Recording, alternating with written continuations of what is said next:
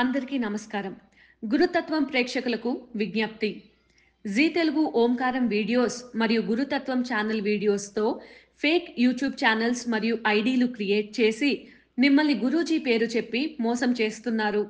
గురూజీ ఎప్పుడూ ఫోన్ కాల్స్‌లో జాతకం చెప్పరు. గురూజీని నేరుగా కలవాలి అనుకుంటే బెంగుళూరులో ఉన్న ఆయన కార్యాలయానికి వెళ్ళగలరు. మీకు ఆ వివరాలు జీ తెలుగు ఓంకారం కార్యక్రమంలో చూపించబడుతుంది. అదేవిధంగా గురుతత్వం వీడియోస్‌లో బెంగుళూరు ఆఫీస్ ఫోన్ నంబర్లు ఇవ్వడం జరుగుతుంది. ఇటువంటి మోసాలు జరిగినప్పుడు గురూజీకి కానీ, గురుతత్వం ఛానల్‌కి కానీ, జీ తెలుగు కార్యక్రమానికి కానీ ఎలాంటి సంబంధం లేదు అని గుర్తించగలరు. బ్రహ్మోస్మి శ్రీ గురుభ్యో నమ హరి ఓం గురు బ్రహ్మ గురు విష్ణు గురు దేవో మహేశ్వర గురు సాక్షాత్ పరబ్రహ్మ తస్మై శ్రీ గురువే నమ గురువే సర్వలోకానాం విషజయ భవరోగిణాం నిజయే సర్వ విద్యానాం దక్షిణామూర్తయే నమ ఆదిశేషాయ నమస్తుభ్యం అనంతఫలదాయకం నమోऽस्तु పద్మనాభాయ నాగానాం పతయే నమ సర్వేభ్యో మహాజనభ్యో మాతృపితృదేవతభ్యో ఆచార్యదేవతభ్యో నమో నమః హరి ఓం. విశ్వావసో నామ సంవత్సర ఉత్తరాయణ గ్రీష్మ ఋతో జ్యేష్ఠమాస శుక్లపక్ష ప్రస్తుతం పౌర్ణమి. ఈరోజు బుధవారం, విశేషమైన రోజు, జ్యేష్ఠ నక్షత్రం. ఈరోజు మనమందరూ కూడా మంత్రబలంలో లక్ష్మీనారాయణాయ నమః అనే నామాన్ని జపించాలి. లక్ష్మీనారాయణ మంత్రాన్ని జపించడం వలన మనకి ప్రేమ, సంస్కారం, గౌరవము మరియు కుటుంబంలో సఖ్యత, వివాహమైన వారికి భార్యాభర్తలు సఖ్యత, ముఖంలో తేజస్సు ఇవన్నీ పెరుగుతాయి. లక్ష్మీనారాయణ అంటే అంత శక్తి ఆ నామపదానికే ఉంది. ఈరోజు మనమందరూ పౌర్ణమి గడియల్లో లక్ష్మీనారాయణాయ నమః అని నమస్కరిద్దాం, జపిద్దాం. ఓం లక్ష్మీనారాయణాయ నమః. అందరూ కూడా ఈరోజు ఈ నామాన్ని జపించండి. ఆ లక్ష్మీనారాయణుల అనుగ్రహంతో మనకందరికీ మంచిది కావాలి అని కోరుకోండి. ఇక ఈరోజు మంచి మాట. మన జీవితంలో చాలా మంచి మాటలు కావచ్చు, మంచి ప్రసంగాలు కావచ్చు, మంచి గురువాక్యాలు కావచ్చు, సుభాషితలు కావచ్చు, ఎన్నో వింటూ ఉంటాం, ఎన్నో వాక్యాలు. ఇక మన తెలుగు రాష్ట్రాల్లో ప్రతి మాట వెనుక, హాస్యం వెనుక, లేదు సీరియస్ ఉన్నప్పుడు ఏదో ఒక సమయంలో ఒక సామెత కూడా వచ్చేస్తూ ఉంటుంది. సామెతలను కూడా వాడుతూ ఉంటారు. నిజమే, కొందరు చెప్తూ ఉంటారు వేదం తప్పైనా సామెతలు తప్పవు అని. అంటే వేదమైన అబద్ధం అయిపోవచ్చు అంట, కానీ సామెతలు మాత్రం అబద్ధం కాదు అని. ఎందుకంటే ఆ సామెతలు అనుభవంతో చెప్పారు అని అర్థం. అయితే ఇటువంటి విషయాల్లో చాలా వరకు ఈరోజు మంచి మాటగా మీరు స్వీకరించాల్సినది గురువు లేని విద్య గుడ్డి విద్య అని అర్థం. గురువు లేకుండా ఏ విద్యని మీరు ప్రదర్శించినా అది గుడ్డి విద్య. దానివల్ల ప్రమాదాలు ఖచ్చితంగా వస్తాయి. ఎందుకు ఇలా తెలియచేస్తున్నానంటే, చాలా వరకు ఇప్పటి కాలంలో ఈ సోషల్ మీడియా, టీవీ ఛానల్స్ ఇవన్నీ అధికం అవ్వడం వల్ల ఎవరు ఏం చెప్తే దాన్ని ఆచరించి దానివల్ల ప్రతికూలమైన ప్రతిఫలాలు పొందిన వాళ్ళు చాలా మంది ఉన్నారు. అనుకూలం కాదు, ప్రతికూలం అంటే విరుద్ధాత్మకమైన నెగిటివిటీని పొందిన వాళ్ళు చాలా మంది ఉన్నారు. దయచేసి అందుకే గురువు లేని విద్య గుడ్డి విద్యగా అయిపోతూ ఉంటుంది అని. ఎప్పుడు కూడా ఏదైనా మనం తెలుసుకోవాలి అంటే, మనకు జ్వరం వచ్చింది అనుకోండి, అప్పుడు మనం ఏం చేస్తామో డాక్టర్ మెదుకొని వెళ్తాం. ఆ ఒక జనరల్ ఫిజిషియన్ దగ్గరికి వెళ్ళినప్పుడు వాళ్ళు ఏం చెప్తారు, ఓకే మీకు ఈ ప్రాబ్లం ఉంది, వీళ్ళ దగ్గరికి వెళ్ళండి అని చెప్తారు. వాళ్ళ దగ్గరికి వెళ్తే వాళ్ళు సర్జన్ దగ్గరికి వెళ్ళండి అంటారు. ఇంకొకరు సర్జన్ చేస్తారు, ప్రాబ్లం సాల్వ్. అవును కదా. హెల్త్ బాగలేదు అన్నప్పుడు హాస్పిటల్కి వెళ్తాం. ఇక కుటుంబంలో ఏదో పరిస్థితులు బాగలేదు, గొడవలు, లేదు అన్నాతమ్ముల్లో గొడవలు ఉన్నప్పుడు ఏం చేస్తాం, కుల పెద్దల దగ్గరికి వెళ్తాం, న్యాయం చేయండి అని. ఇక వీధిలో ఏదో సమస్య వచ్చింది, పోలీస్ స్టేషన్కి వెళ్తాం. ఇంకా ఏదో సమస్య వచ్చింది, కోర్టుకి వెళ్తాం. అంటే ఆయా ప్రతి సమస్యకి వచ్చినప్పుడు ప్రతి ఒక్క చోట ఒక స్థానము అనేది ఉంటాయి. అదే విధానంగా కర్మమే మనకి ప్రాబ్లం అయినప్పుడు, అదే విధానంగా మన జాతక చక్రంలో ఏదైనా ప్రాబ్లం అయినప్పుడు మనం ఎక్కడ వెళ్తాము అంటే ఒక ఉత్తమ జ్యోతిష్యుల్ని వెతుక్కొని వెళ్తాం, గురువుల్ని వెతుక్కొని వెళ్తాం, పండితుల్ని వెతుక్కొని వెళ్తాం. వెతుక్కొని వెళ్ళి స్వామి ఇలా ఉంది, దీనికి ఏం చేయాలి, ఒక వ్రతం చేయాలి, యజ్ఞం చేయలేదు, యాగం చేయలేదు, ఈ పరిష్కారాలు చేసుకుని ఇవి. అయితే మనంతకు మనము సెల్ఫ్ మెడికేషన్ చేసుకుంటే ఎటువంటి ప్రాబ్లమ్స్ వస్తాయో ఎవరు లేకుండా, అదే విధానంగా సెల్ఫ్ నిర్ణయాలు తీసుకునేసి అన్నతమ్ముళ్ళు కొట్లాడుకొని ఒకరు పోలీస్ స్టేషన్ కోర్టులు ఎలా తిరుగుతారో అదే విధానంగా మన జీవితంలో మనం తీసుకునే నిర్ణయాల వల్ల మనకి ఏదైనా ఆపదలు సంభవించి అయ్యో పశ్చాత్తాపం పడతామే అనే విధానంగా ఈ కాలంలో సెల్ఫ్ పరిష్కారాలు కూడా కొన్ని చేసుకొని చాలా ప్రమాదంలో చిక్కేసుకుంటూ ఉన్నారు. అందుకే ప్రతి ఒక్క దానికి ఒక గురువు ఉంటారు.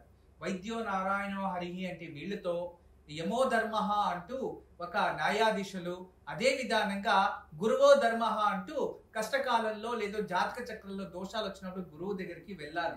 మనంతకు మనమే స్వంతంగా ఏ జ్యోతిషులు లేకుండా, ఏ గురువులు లేకుండా, ఏ ఒక డాక్టర్స్ లేకుండా మనం రెడీ అయిపోతాము అంటే అది మూర్ఖతనం. దానికే గురువు లేని విద్య గుడ్డి విద్య అన్నారు. దయచేసి మీకు ఏదైనా సమస్య వచ్చినప్పుడు ఎవరైనా ఉత్తములు వెళ్ళి సజెషన్స్ తీసుకోండి.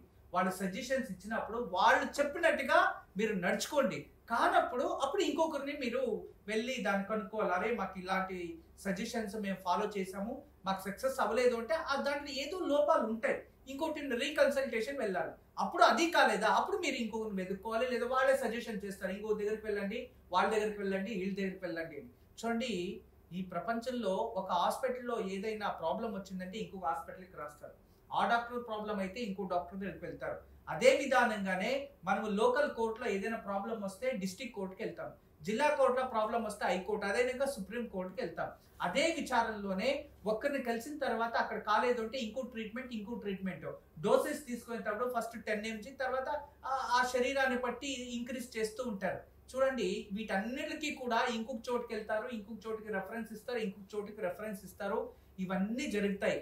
కానీ ఆధ్యాత్మిక విచారంలో మాత్రము ఎందుకు ఇటువంటి అధర్మం అయిపోయిందో ఇంకా కన్ఫ్యూజనే. దీన్ని నాకు ఊహ తెలిసినప్పటి నుంచి నేను వెతుకుతూనే ఉన్నాను. ఎవరైనా వాళ్ళ వల్ల కాలేదు అన్నప్పుడు ఇంకొకరిని రెఫరెన్స్ చేస్తారా అంటే లేదు, రెఫరెన్స్ చేయరు, ఏ కారణానికి చేయరు. దాని అర్థం ఏంటి అంటే వీళ్ళలో వివేకం ఉందా, వీళ్ళలో వివేకం లేదా, లేదో వీళ్ళు జ్ఞానులు కాదా, లేకపోతే వీళ్ళు విద్యావంతులు కాదా? అవిద్యావంతులే ఆ పని చేస్తారు. విద్యావంతులు ఏం చేస్తారంటే ఒక పురోహితుడి దగ్గరికి వెళ్తే, వాడు విద్యావంతుడు, వేదం చదువుకో ఉంటారు పాపం. పురోహితుడి దగ్గరికి వెళ్తే స్వామి నా ప్రాబ్లం ఇది ఉంది అంటే, ఒక హోమం చేద్దామమ్మా, గురువులు పిలిపిస్తాను అంటాడు. అంటే ఒక డాక్టర్ అదే చెప్తాడు, ఒక సర్జరీ ఉంది దానివల్ల నా డాక్టర్ని పిలిపిస్తాను, నేను హై డాక్టర్ని ఆపరేషన్ చేద్దామని. చూసారా ఎంత గొప్పగా అక్కడ వాళ్ళు తెలియచేస్తారో. ఒక పురోహితులు ఇంకా గురువుల్ని పిలిపించి మనం ఒక యాగం చేద్దాము, యజ్ఞం చేద్దాం, ఆట వరకు బాగానే ఉంది. అదే విధానంగా ఇంకొకరి దగ్గరికి వెళ్ళండి, జ్యోతిష్యుల దగ్గరికి వెళ్దాము అనుకోండి. జ్యోతిష్యుల దగ్గరికి వెళ్ళేసి స్వామి ఈ ప్రాబ్లం ఉంది మాకి అంటే అవి చేసుకుంటామా అని చెప్పేస్తాడు. వాళ్ళు వెళ్ళి చేసుకుంటారు. అంటే ఒక జనరల్ ఫిజిషియన్ దగ్గరికి వెళ్ళినప్పుడు మీ ఇవి చేసుకోండి, ఆ తర్వాత చూద్దాం అన్నట్టు వాళ్ళు రెమెడీస్ ఇచ్చేస్తారు, దాన్ని ఫాలో అయిపోతారు, అది సక్సెస్ అయిపోతుంది.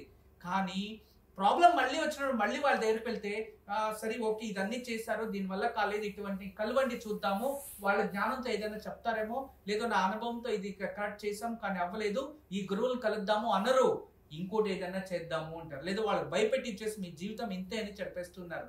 అందుకే ఈ కాలంలో ఇటువంటి అజ్ఞానం అధికం అవడం వల్ల ఆధ్యాత్మికం పైన శ్రద్ధ తగ్గిపోతూ ఉంది. దాన్ని ధిక్కరించే వాళ్ళు అధికమవుతున్నారు. చూడండి, నమ్మకంతో పూజ చేయడానికన్నా భయంతో పూజ చేసే వాళ్ళు ఎక్కువైపోయారు. అది భయంతో పూజ చేయకండి, నమ్మకంతో పూజ చేయండి, భక్తితో పూజించండి, సంప్రదాయం అని పూజించకండి. భక్తితో ఆచరిస్తేనే ఏదైనా ప్రతిఫలం వస్తుంది. దయచేసి అర్థం చేసుకోండి. నేను ఈ రోజు చెప్పిన మంచి మాట మీ జీవితంలో అన్ని విషయాల్లో కూడా మీరు దీన్ని పాటించాలి. అందుకే అన్ని విషయాల్లో కూడా మీకు నమ్మకం ఉంటేనే మీకు విజయం. మీకు అపనమ్మకం లేనప్పుడు అప్పుడే మీకు అపజయం వచ్చేసినట్టు. అర్థమైందా? మీకు ఏ విషయంలో నమ్మకం లేదో అప్పుడే మీకు అపజయం అయిపోయింది. చూద్దాము, వెళ్దాం, చేద్దాం, ప్రయత్నిద్దాం అంటే అది నెగిటివిటీ అయిపోయింది. నీకు అక్కడ జయం ప్రాప్తించదు. అది చేయడానికన్నా ఇంట్లో ఉండిపోవడం మంచిది. నువ్వేదైనా చెయ్యాలి అనుకుంటే నమ్మకంతో చేయండి. నేను గెలుస్తాను, నా వెనుక దేవుడు ఉన్నాడు, నా ముందు భగవంతుడు ఉన్నాడు, నన్ను కాపాడుతాడు, డాక్టర్ నాకు మంచి డాక్టర్ దొరుకుతారు, నాకు ఈ మెడిసిన్ లో క్యూర్ అవుతుంది, లేదో నేను వీళ్ళు కలుస్తున్నాను, నా సమస్య దూరం అవుతుంది, నేను కోర్టుకు వెళ్తాను, నా సమస్యలో నాకు గెలుస్తాను, నేను ఏదో ఒక పరిష్కారం అలా నమ్మకంతో మీరు ఎప్పుడు ముందడుగు వేస్తారో అదే మీకు విజయానికి తొలిమెట్టు. దీనికి తగినట్టుగా అజ్ఞానులు చేసే పనులకి ఒక ఒక నిమిషంలో ఒక కథ చెప్తా వినండి. ఒక కుటుంబము, ఆ కుటుంబంలో ఒక పెద్ద ఆయన ఉంటాడు. ఆ పెద్ద ఆయన వివాహం చేసుకుంటారు. వాళ్ళకి ఒక కూతురు పుడుతుంది. కూతురు పుట్టంగానే అనుకోకుండా ఆ ఇంట్లో ఉన్న తల్లి, అంటే ఆ ఇంట్లో ఆ పెద్ద ఆయన ఉంటారు కదా, వాళ్ళ భార్య స్వర్గస్థులు అయిపోతుంది. తర్వాత ఇంకొక వివాహం చేసుకుంటారు. ఆ మనిషికి ఇంకొక కూతురు కూడా జన్మిస్తారు. ఎప్పుడైతే ఆ సౌతి తల్లి ఇంట్లో ఉంటుందో ఆ పిల్లల మధ్యలో కూడా ఒక సౌతి తల్లి పిల్లలు కదా, అలా గొడవలు స్టార్ట్ అవుతూ ఉంటాయి. ఒక అమ్మాయి పాపము, ఆ అమ్మాయి సరిగా భోజనం తినకుండా, సరిగా ఇంటి పనులు చేసుకొని భోజనం పెట్టకుండా ఆమెకి శరీరంలో ఏదైతే ఆమె శరీరంలో ఇమ్యూనిటీ లెవెల్ అనేది తగ్గిపోతుంది. ఆహార పదార్థం లేకుండా, అంటే నీరసమైన శక్తి వచ్చి అనారోగ్యంతో వెంట్రుకలన్నీ ఉదిరిపోయి వికారంగా తయారైపోతుంది. దాన్ని చూసి ఈ ఒక పిల్లలు, అంటే తోడు పుట్టిన వాళ్ళందరూ కూడా ఆమెని నిందిస్తూ, దూషిస్తూ, ఆమెని ఏదో ఒక విధానంగా హింస పెడుతూ ఉంటారు. అదే విధానంగా ఆ ఇంట్లో ఉన్న వాళ్ళ అమ్మ స్థానంలో ఉన్న ఆవిడ కూడా నువ్వు దరిద్రురాలు అని ఎప్పుడు నిందిస్తూ ఉంటుంది. దాన్ని చూసి అలసిపోయి ఇక నేను ఎక్కడైనా వెళ్ళిపోవాలి అని చెప్పి తను ఆత్మహత్య చేసుకోవడానికి భయపడి అడవిలోకి వెళ్ళిపోదాము, అడవిలో ఏదైనా మూగ జంతువులు, క్రూర జంతువులకి ఆహారంగా అన్న వెళ్ళిపోదాము అని చెప్పి ఏడ్చుకుని అడవిలోకి వెళ్ళిపోతుంది. వెళ్ళంగానే వెళ్తూ అక్కడ ఒక దేవాలయం ఉంటుంది. అక్కడ దేవాలయం దగ్గర ఒక ఋషి కూర్చొని ఉంటే అతను చూడంగానే ఏదో ఆమెకు భక్తి కలుగుతుంది. అయ్యో స్వామి, ఇతను ఏదో పాపం ఉన్నాడే అని చెప్పి, అతను చాలా సన్నగా ఉంటాడు. అక్కడ నీళ్ళంతా ఉంటాయి. అక్కడ ఒక గ్లాస్ లో నీళ్లు ఉంటాయి ముందు. ఆ నీళ్లు కూడా అందులో పురుగులు పడి, అంటే ఆ నీళ్లలోకి ఈ తేనెటీగలు ఉంటాయి కదా, అవి కూర్చొని అందులో ఉన్నాయి. దాన్ని చూస్తుంది దూరం నుంచి. అయ్యో స్వామి ముందు నీళ్లున్నాయి, దాంట్లోకి తేనెటీగలు పడ్డాయి, దాన్ని ఎలా సేవిస్తారని చెప్పి ఆమె పక్కలో నదీ తీరంలో ఒక చిన్నది అక్కడ ఒక దొప్ప అంటే ఏం తెలుసా, ఆకుల్లో తయారు చేస్తాం కదా, అలాంటి తయారు చేసి ఆ నీళ్ళు ఎత్తుకొచ్చి ముందు పెడుతుంది. తర్వాత అక్కడే కూర్చొని చూస్తూ ఉంటుంది. అతన్ని చూస్తూ ఉంటే కాసేపు అయిన తర్వాత కళ్ళు తీసి ఇలా ముందర చూస్తే అతను ముందర ఒక చిన్న దొప్ప, అందులో నీళ్లు ఉంటాయి. పక్కన వాళ్ళ దగ్గర ఉన్న అర్ఘ్య పాత్రలో కాస్త ఈ తేనె తిగిలి పడి ఉంటాయి. దాన్ని చూసి సంతోషంతో పక్కన పడేసి దీన్ని తీసుకొని ఆచమన అంతా ముగించుకొని తర్వాత లేచి నిల్చుకుంటాడు. అప్పుడు ఆ పాప కనబడంగానే, ఏంటమ్మా నువ్వు ఇంత దూరం వచ్చావు, నువ్వు ఎవరు, ఎక్కడి నుంచి వచ్చావు అంటే, లేదు స్వామి, నన్ను అందరూ ఇలా అంటారు, ఇలా చేస్తున్నారు అంటే, నువ్వేమి భయపడతలే, నీకు ఒక వరం ఇస్తున్నాను చూడు, అక్కడ కళ్యాణి కనబడుతుంది కదా, దాంట్లో 3 సార్లు మునిగి ఇంటికెళ్ళు, నీకు ఈ తలలో వెంట్రుకలు పొడవుగా పెరుగుతాయి, నువ్వు చాలా సౌందర్యవతి అవుతావు, చాలా గొప్పవంతరాలు అవుతావు, విద్యావంతరాలు అవుతావు, నీకు ఉత్తమ భర్త వస్తాడు అంటాడు. సరే స్వామి అని చెప్పి వెళ్ళి 3 సార్లు మునుగుతుంది. ఆమెకి వెంట్రుకలు చక్కగా పెరుగుతాయి, సౌందర్యవతి అవుతుంది, కళ్ళల్లో కాంతి, శరీర అంగ లక్షణాలన్నీ కూడా చక్కగా అయ్యి మంచి ఆరోగ్యవంతురాలుగా తయారవుతుంది. జ్ఞానం కూడా ప్రాప్తిస్తుంది. తదుపరి బయటకు వచ్చి ఇంటికి నడుచుకొని వెళ్ళిపోతుంది. ఇంటికి వెళ్ళిన తర్వాత వాళ్ళంతా చూసి ఆశ్చర్యం పడిపోతారు. ఏంటి ఈ అమ్మాయి ఇలా ఉండింది, ఇలా అయిపోయింది, ఎలా అయింది అని అడిగితే, అప్పుడు తోడి కూతురు ఉంటుంది కదా, అంటే ఈమె జొత్తలో పెరిగిన కూతురు అడుగుతూ ఉంటుంది. అప్పుడు ఆమె వెళ్ళి వాళ్ళ నాన్నకు చెప్తుంది. వాళ్ళ నాన్న అడుగుతారు, నాన్న ఇట్లా ఋషి అంటే, దాన్ని వినుకోని ఉన్న ఆ అమ్మాయి ఏం చేస్తుంది, అక్కడ వెళ్ళిపోయి అక్కడ ఏదైతే కళ్యాణి ఉంటుందో ఆ కళ్యాణిలో 3 సార్లు మునుగుతుంది. తర్వాత మా అక్క కదా, నాకు జుట్టు పొడవు కావాలి కదా అని ఇంకొకసారి మునుగుతుంది. 4 సార్లు మునిగింది. తర్వాత బయటకు వచ్చింది. ఉండే ఎంటికలంతా పోయింది. ఆమెకు అందము అంతా పోయి ఆకలికి వికార స్వరూపం ప్రాప్తించింది. ఏడ్చుకోని వస్తూ ఉంది. దారిలో ఋషి కనబడ్డారు. గురుగారు, మా అక్కకి మీరు ఇలా చేస్తారంటే నేను వచ్చి మునిగాను, నాకు ఇలా అయిపోయింది ఏంటి అంటే, నా ఆజ్ఞ లేనిది నువ్వు అలా చేసావు కాబట్టి నీ జీవితం ఇంతే, ఫోన్ అక్కడి నుంచి పంపించేశారు ఋషి గారు. అంటే ఈ కథలో ఉన్న అంతరార్థం ఒకటే, గురువు లేని విద్య గుడ్డి విద్య అవుతుంది. ఎప్పుడే కానీ ఎవరైనా గురువు సూచింది మీరు పఠిస్తే ఖచ్చితంగా అది జరుగుతుంది. దాన్ని అధిగమించిన ప్రమాదమే. వాడు ఏం చెప్పింటారో దాన్ని ఆచరించాలి. అదే విధానంగా పెద్దవారు మనకి ఏ సంప్రదాయం తెలియచేసింటారో దాన్ని ఆచరిస్తే మన జీవితాలు బాగుంటాయి అనేదే ఈరోజు మంచి మాటకి ఈ కథలో ఉన్న అంతరార్థం. రేపు గురువారం మూలా నక్షత్రం విశేషమైన రోజు. మూలా నక్షత్రం గురువారం రోజు మంత్రం ఏదైనా స్వీకరించినా, మంత్ర జపం చేసినా అది మహా అద్భుతమైన ప్రతిఫలం ఇస్తుంది. మీకు అందరికీ కూడా ఆదివారం ఎపిసోడ్ ఒకసారి గుర్తెచ్చుకోండి. దాని ఫోటో కాపీ ఉంటే దాన్ని ఇంకొకసారి గుర్తు తెచ్చుకోండి. లేదు అంటే Zee5లో ఆదివారం ఎపిసోడ్ ఉంటుంది, దాన్ని ఒకసారి చూసుకోండి. అందులో విశేషమైన మంత్రం స్త్రీ యోగిని అనే ఒక శ్లోకాన్ని తెలియచేశారు. దాన్ని రేపు 108 సార్లు జపం చేసేసారనుకోండి, అది సిద్ధించేస్తుంది. అదేదో మీ భాగ్యం గొప్పదో నా భాగ్యం గొప్పదో అన్నట్టు ఒక వారంలో అక్కడ తెలియచేసాము, ఇక్కడ అంత మంచి గొప్ప రోజు వచ్చింది సాధించడానికి. అది చేయండి. రేపు గాయత్రి ఉపదేశం తీసుకున్న వారు గాయత్రి జపం చేయండి. తర్వాత నిత్య అగ్నిహోత్రాన్ని రేపు ఖచ్చితంగా ఆచరించండి. మహా అద్భుతమైన ప్రతిఫలం పొందవచ్చు. అంతేకాదు రేపు ఉదయం ఉమ్మెత్త పువ్వ ఉమ్మెత్త కాయని తెచ్చి శివుడు ముందు పెట్టి పూజిస్తే మనపై ఏదైనా నెగిటివ్ ప్రభావం చూపించి ఉంటే, నెగిటివ్ ప్రయోగాలు జరిగి ఉంటే, ఏదైనా కల్మషము విషపూరితము శరీరంలో ఉంటే దాని ప్రభావం తగ్గిపోతుంది. ఈరోజు సాయంత్రం తప్పకుండా ఒక నిమ్మ పండు తీసుకొని ఇంటికి దృష్టి తీసి, ఆ స్త్రీలైతే ఎడమ కాల్లో దాన్ని తొక్కి డస్ట్బిన్లోకి వేసేయాలి, పురుషులైతే కుడి కాళ్ళలో దాన్ని తొక్కి డస్ట్బిన్లోకి వేసేయాలి. ఇలా చేస్తే ఇంటికి పట్టిన నరదృష్టి, ఇంటికి పట్టిన దృష్టి కాస్త తగ్గుతుంది. తదుపరి పసుపు నీళ్ళని ఇంటి బయట ప్రోక్షణ చేసి, ఇల్లంతా పసుపు నీళ్లు గోమూత్రం కానీ ప్రోక్షణ చేసి ఇంట్లో నెయ్యి దీపాలు వెలిగించి సాంబ్రాణి పొగ వేయండి. దీనివల్ల ఇంట్లో పాజిటివ్ ఎనర్జీ పెరుగుతుంది. ఈర్ష, ఇంటికి వచ్చిన ఈర్ష నరదృష్టి తగ్గుతుంది. బ్రహ్మోస్మి. అందరికీ నమస్కారం. ఈరోజు మీకు అందరికీ కూడా శ్రీవాస్తు యంత్రం గురించి పరిచయం చేయడానికి వచ్చాను. శ్రీవాస్తు యంత్రం మీరు చూస్తున్నారు. శ్రీవాస్తు యంత్రం, ఈ శ్రీవాస్తు యంత్రం ఈ విధానంగా 9 ఇంచెస్, ఇలా 9 ఇంచెస్, ఇలా 9 ఇంచెస్ ఉంటుంది. తదుపరి బ్యాక్ సైడు ఇలాంటి 9 చక్రాలు ఉంటాయి. ఫ్రంట్ ఈ ఒక గ్లోబ్స్లా ఒక 9 డాట్స్ ఉన్నాయి చూడండి, ఇలా 9. ఇది శ్రీవాస్తు యంత్రం అనేది ఒక కాస్మిక్ ఎనర్జీని అట్రాక్ట్ చేసుకుంటుంది. నెగిటివ్ ఎనర్జీని ఇంట్లో నుంచి బయటికి తరిమేస్తుంది. ఇది మీకు అందరికీ దానికి పరిష్కార మార్గంగా నేను ఇవి సూచిస్తున్నా. ఎందుకంటే చాలామంది పిల్లలు సరిగా చదువుతలేదు, ఇంకొకరు మా ఇంట్లో ప్రశాంతత లేదు, భార్యాభర్తల మధ్యలో సఖ్యత లేదు, దేవుడి గదిలో సరిగా పూజ చేయలేకపోతున్నా, ఇంట్లో ఏదో తెలియని బాధ అనిపిస్తుంది, మా ఇంట్లో ఎప్పుడు కూడా ఏదో తెలియని ఒక శ్మశానంకి వెళ్ళినట్టు అనిపిస్తూ ఉంటుంది, మా ఇంట్లో కలగానే ఉండదు ఎప్పుడు కూడా, ఇక మా ఇంటికి చాలామంది వచ్చిన వాళ్ళంతా వాస్తు దోషం అని చెప్తూ ఉన్నారు, మేము ఏం చేయాలి అని ప్రశ్నిస్తూ ఉండేవారు. వాళ్ళందరికీ కూడా ఒక మార్గోపాయం చాలా రోజుల తర్వాత రీసెర్చ్ చేసి ఇప్పుడు ఈ శ్రీవాస్తు యంత్రాన్ని మేము చూపిస్తున్నాం. ఈ శ్రీవాస్తు యంత్రాన్ని ఎప్పుడైతే ఎక్కడ ఫాల్ట్ అనిపిస్తుందో అక్కడ ఒక మేక కొట్టి తగిలించాలి, అంతే. పిల్లలు చదువుతా లేదు, చదివే రూమ్లో పిల్లలు ఏకాగ్రతగా చదవాలి అనుకుంటున్నారా, అక్కడ ఒకటి తగిలించండి. మీరు నిద్రించే ఒక రూమ్లో మాకు సరిగా నిద్ర వస్తా లేదు, పడుకుంటే చెడు కళలు వస్తున్నాయి, నిద్రించే గదిలో ప్రశాంతత లేదు అనిపిస్తుంది, అక్కడ ఒకటి తగిలించండి.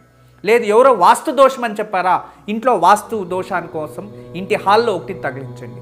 లేదా పూజ గదిలో ఏదో ప్రశాంతత లేదు, సరిగ్గా ఏకాగ్రత లేదు, మెడిటేషన్ చేయలేకపోతున్నా అంటే పూజ గదిలో ఒక మేక కొట్టి అక్కడ ఒకటి తగిలించండి. ఎక్కడైతే ఇంట్లో వాస్తు దోషం ఉంది అని ఎవరైనా చెప్తారో ఆ ప్రదేశంలో, ఆ ప్లేస్లో జస్ట్ ఒక మేకు కొట్టి దాన్ని తగిలించండి.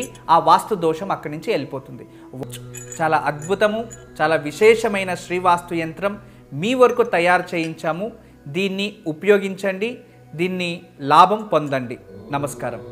వాస్తు యంత్రం సంప్రదించవలసిన నెంబర్లు 8844452334 040682766622.